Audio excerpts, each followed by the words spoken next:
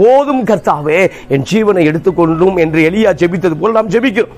அப்ப ஜெபிக்கும் பொழுது எலியாவின் ஜெபம் அந்த இடத்துல கேட்கப்படவில்லை. இந்த நாள்ல சில ஜெபங்கள் கேட்கப்படவில்லை. அதுக்கு காரணம் என்னவென்றால், தேவனுடைய சித்தம் வேற. பிரியமானவர்களே, தேவனுடைய நினைப்புகள் உங்களை குறித்ததான காரியங்கள் பிரம்மாண்டமாக இருக்கிறது. அப்ப எலியா சோர்ந்து போய் அனுபவம் வனாந்தரத்தில் இருக்கும் பொழுது, வனாந்தரத்தில் காகம் வரவில்லை, வனாந்தரத்தில் சாரி பார்த்து வரவில்லை. இப்போ வனாந்தரத்தில் தேவ தூதனை அனுப்பி எலியாவை போஷிக்கிறார். பைசலோர், இந்த கால வேளையில மனுஷன் அப்பத்தினாலும் மாத்திரமல்ல, தேவனுடைய வாயிலிருந்து புறப்படுகிற ஒவ்வொரு வார்த்தையினாலும் பிழைப்பார். எனவே இந்த நாளில் நீங்கள் பிழைக்கத்தக்கதாக கர்த்தர் உங்களை பிழைப்பூட்டுவார். பைசலோர், எனவே அவரை தேடும் பொழுது அப்ப எலியா கருத்தாய் ஜெபித்தார்.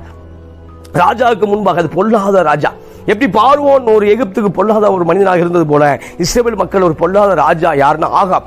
ஆகாப்பு எசபேலும் பாகாலுடைய வழிபாடுகளை பெருக பண்ணினார்கள், அசுத்தத்தை பெருக பண்ணினார்கள், காம விகாரங்களை பெருக பண்ணினார்கள். தேசத்தில் ஸ்தோத்திர பாவம் தண்ணீரை போல பருக வைத்தார்கள். அப்போதான் தேவன் எலியாவை விசேஷித்த அபிஷேகத்தினாலே தெரிந்து கொண்டார். இந்த காலை வேளையில அந்த விசேஷித்த அபிஷேக வல்லமை உங்கள் மேல் இறங்கி வருவதாக, எலியாவின் மேல் உள்ள அபிஷேகம் உங்கள் மேல், அந்த அபிஷேகம் உங்களை தாக்குவதாக. அந்த அபிஷேகம் எப்படின்னா, ஸ்தோத்திரம், எப்பேற்பட்ட காரியத்தில் எதிர்த்து நிற்கக்கூடிய வல்லமை தான் அந்த எலியாவுக்குள் இருந்தது. அந்த எலியாவுக்குள் இருந்து அந்த வல்லமை எப்படி வந்தது என்றால், அவன் எப்போதும் தேவனுக்கு முன்பாக காணப்பட்டதை பார்க்கிறோம். அருமையான சகோதரா, அருமையான சகோதரியே, தேவனுக்கு முன்பாக நீ காணப்படும் பொழுது, தேவனுக்கு முன்பாக